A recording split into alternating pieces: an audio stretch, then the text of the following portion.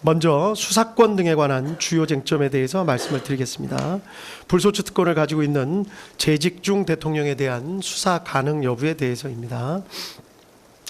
불소추 특권에 수사까지 포함된다고 보기는 어렵기 때문에 수사의 범위가 문제되기는 하지만 재직 중인 대통령이라 하더라도 수사 자체는 허용된다는 것이 이 법원의 판단입니다.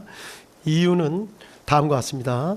헌법 제84조 불소추 특권이 수사를 포함하는 것인지에 대해서 증거 확보를 위한 수사가 가능한지 여부에 대해서 견해가 나뉘는데 어떠한 수사도 허용되지 않는다는 견해부터 구속 등 강제 수사가 허용되지 않는다는 견해, 모든 수사가 다 허용된다는 견해 등이 나눠져 있습니다. 이 법원은 여러 나라의 헌법 조문 그리고 판례법 국가의 경우 판례 등을 검토를 해보았습니다. 우리 헌법 조문은 대만 헌법, 중화민국 헌법 조문을 참고한 것으로 보이는데 대만은 소추가 아닌 소구라는 표현을 쓰고 있고 대만 법원은 수사는 허용되지 않는다는 입장을 보이고 있는 것으로 파악했습니다. 반면 일본 헌법은 국무대신에 관한 불소추 특권에 대해 규정하고 있어 우리 조문과는 형식과 내용이 조금 다르기는 하지만 명확하게 소추라는 표현을 쓰고 있고 수사가 허용된다는 전제에서 수사 허용의 범위에 대해서만 의견 대립이 있는 것으로 보입니다. 우리 헌법상 불소추 특권은 대통령 직책의 원활한 수행을 보장하는 데 그 취지가 있습니다. 따라서 이와 관련이 없는 수사까지 모두 제한하려는 취지는 아닌 것으로 보입니다. 따라서 수사 자체가 불소추 특권에 포함된다고 보기는 어렵다는 것이 이 법원의 판단입니다. 자세한 입법례와 분석, 관련 내용 등은 판결문에 자세히 기재해 놓았습니다. 다음 두 번째, 검찰이 내란죄에 관해서 수사를 개시할 수 있는지 여부. 피고인 윤석열 등에 대한 직권남용 권리행사 방해죄 혐의 등의 고발을 접수한 검찰이 내란죄에 관해서도 수사를 개시할 수 있는지가 문제되는데 가능하다는 것이 이 법원의 판단입니다. 이유는 다음과 같습니다. 검찰청법에 의하면 검찰은 원칙적으로 직권남용 권리행사 방해죄에 대해서만 수사 개시가 가능합니다. 그러나 검찰청법 제4조 제1항 제1호 다목은 직접 관련성이 있는 범죄에 대해서도 수사를 개시할 수 있다는 예외 규정을 두고 있습니다. 직접 관련성의 의미가 문제가 되는데 마침 이 사건 재판이 진행되는 도중에 대법원 판례 2025 도의 6707 판결이 나왔기 때문에 문제가 사실상 해결되었습니다. 판시 취지는 예외 규정의 해석에 있어 문맥상 의미 외에 규범적인 요소도 고려하여야 한다는 취지로 보입니다. 이 사건의 경우에서 고발된 윤석열 피고인에 대한 직권남용 권리행사 방해 혐의 사실을 살펴보면 내란죄와 중간행위나 다른 원인에 매개 없이 연결되고 구체적 개별적 연관관계가 있는 경우에 해당한다고 보입니다. 따라서 그 구속요건 및 내용 등의 직접 관련성이 인정되고 규범적 의미에 있어서도 이를 인정하는 데 장애가 없습니다. 따라서 검찰의 내란죄 수사권은 있다는 것이 이 법원의 판단입니다. 다음 고위공직자범죄수사처 공수처가 내란죄에 관하여 수사를 할 권한이 있는지 여부가 문제됩니다. 결론부터 말씀드리자면 이 부분에 대해서 내란죄에 관해서 수사를 개시할 수 있다는 것이 이 법원의 판단입니다. 이유는 다음과 같습니다.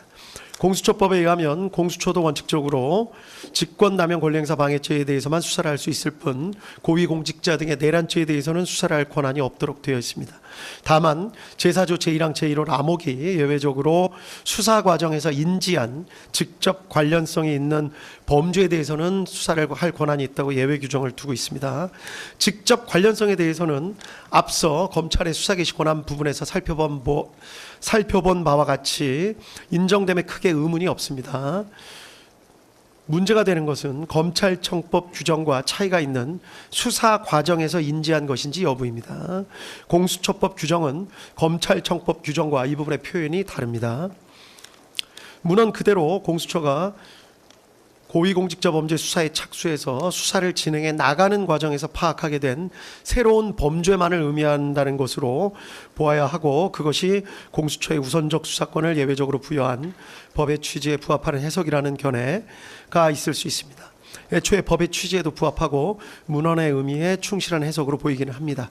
위 규정은 통상의 특검법 규정에서 따온 표현으로 보이는데 특검법 등은 처음부터 수사 가능 범위를 명확하게 규정해 놓고 수사를 개시하면서 그 과정에서 인지하게 된 관련 범죄만을 예외적으로 수사할 수 있게 하는 것인 바 공수처법의 위 규정 역시 그러한 취지로 인정되어야 한다는 주장으로 보입니다.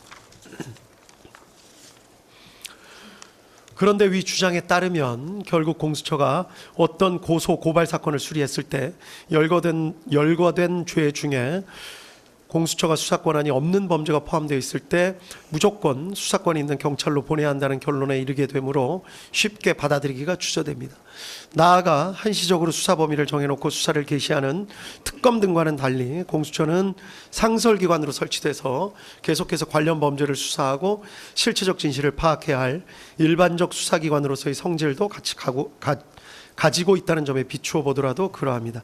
따라서 그와 같이 일률적으로 제한적 해석을 하지 않고 공수처법의 취지에 반하는 것이 아니라면, 즉 효율적인 수사 경제를 저해하지 않으면서 피해자의 방어권을 어렵게 만드는 결과가 되지 않는다면 수사 과정에서 인지한 죄라는 문헌에 포함된다고 보는 것이 바람직하다고 할 것입니다.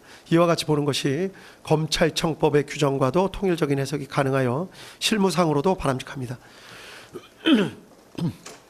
그런데 이 사건의 경우는 직접 관련성이 인정되고 규범적 의미에서 살펴보더라도 효율적인 수사에 등의 필요가 크다는 점을 부인할 수가 없습니다. 따라서 이 사건의 경우 내란죄에 관해서도 공수처의 수사권을 인정하는 것이 타당하다는 것이 이 법원의 판단입니다. 한편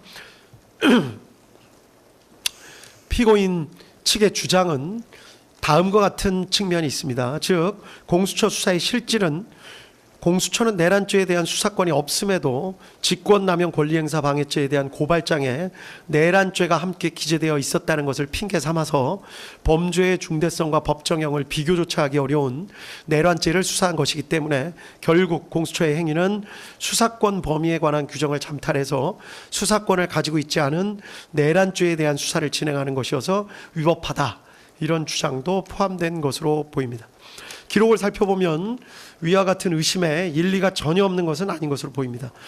다만 공수처와 별도로 내란죄에 관한 수사권이 있는 경찰이 별도로 수사를 개시하였었고, 공수처와 경찰 등이 2024년 12월 11일 공조수사본부를 결성해 협의를 거치기도 했습니다. 그리고 12월 16일 경찰이 공수처의 사건을 이첩하기도 했습니다. 이런 사정에 비추어 보면 법규상의 잠탈 주장은 그대로 받아들이기 어렵습니다. 그리고 무엇보다 강조해야 할 점은 위와 같은 논란이 이 사건에 있어서는 결국 큰 의미가 없다고 보이는 점입니다. 공수처의 수사권이 없다고 하더라도 검찰이 공수처 송부기록 외에 다른 증거들을 종합해서 기소를 결정한 것으로 보입니다. 검찰의 기소 자체를 위법하다고 보기가 어렵습니다. 두 번째로 공수처가 수집한 증거를 다 빼더라도 검찰이 수집한 증거들, 그리고 이 법원이 증거로 채택하여 조사한 증거들에 의하더라도 지금 유죄로 판단되는 피고인들에 대해서 유죄 판단을 할 증거가 충분하다는 것이 이 법원의 판단입니다. 따라서 공수처의 수사권 유무와 관련된 기소의 적법성, 증거 관련 문제는 결국 발생하지 않습니다. 다음, 위법 수집 증거 관련 내용입니다. 원본성, 무결성이 입증되지 않은 증거 등 다수에 대해서 모두 증거 배제 결정을 하고 이를 판결문에 별지로 첨부하였습니다.